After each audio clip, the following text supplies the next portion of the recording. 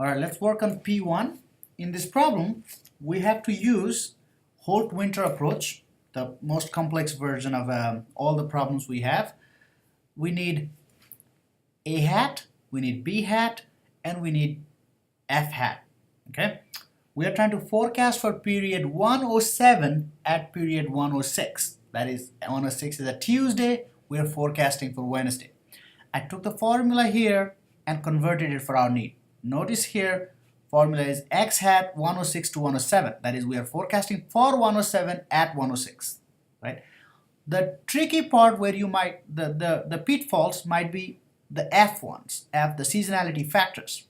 And the first part of the formula, it says F t plus tau. Tau is the difference between t and t plus tau. So really the difference of 106 and 107. So 1 in this case, when you're forecasting one period ahead.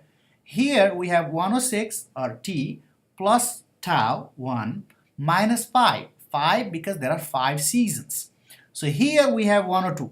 The reason is we are forecasting for Wednesday. So whatever unseasoned forecast you get, A hat plus B hat, and then you multiply by the seasonality factor of Wednesday. Whereas here, if you notice, it's F t minus P because this value was the actual demand you saw for a Tuesday. So to deseasonalize it, we have to divide it by the current seasonality factor for Tuesday. So notice here, this is 106 minus 5. So you go from, if you subtract 5 from the current period, you go to the same kind of period. Basically, you go from Tuesday to Tuesday. Here, Tuesday again, right? You're trying to make a new seasonality factor for Tuesday, right? So that's usually where the pitfalls are. Be careful about that. Except for that, there is really no difficult part going from the green one to the black one. All right, let's get started. Let's get here with, first we want to get out A hat t. All right, A hat t or A106, remember this is 106, so for 106 we need alpha times x106, x106 is the actual demand at 106, divided by f106 minus 5, that is f101.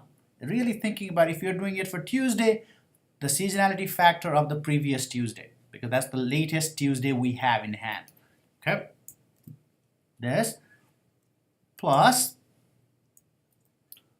1 minus alpha, 1 minus alpha times the previous alpha, that is A105, A hat 105, plus B hat 105, B hat 105. Okay, we got our new estimate for A hat. Now we can go to do B hat. Let's get B hat now. B hat 106 is beta times the A hat we just calculated, A hat minus A hat 105, A hat 105 plus 1 minus beta times B hat 105. Well, previous beta, B hat 105 is here.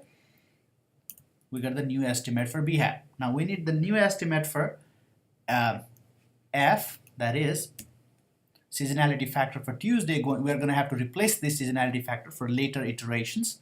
So this is gamma times x106, what we saw here, the actual value for x106, divided by the A hat we just calculated, right? Plus 1 minus gamma times the seasonality factor, the seasonality factor for, remember this is for the Tuesday, so the seasonality factor for the Tuesday, the previous Tuesday that we just used. All right, we got it, right? Now to get the forecast for the next period, that is to get the forecast here, A106, A hat 106, so A hat 106 is we just calculated, plus B hat 106, that is we just calculated. We have to multiply this by, so let's put this in braces, times the seasonality factor for not the Tuesday but the Wednesday. Remember here, it's 1 or 2. 1 over 6 plus 1 minus 5. Why 5? Because there are 5 periods. So take the Wednesday. So our best forecast is, let me make this a little smaller number here. So 116.13. Again, how many, unless I ask you specifically how many digits you want, you really don't need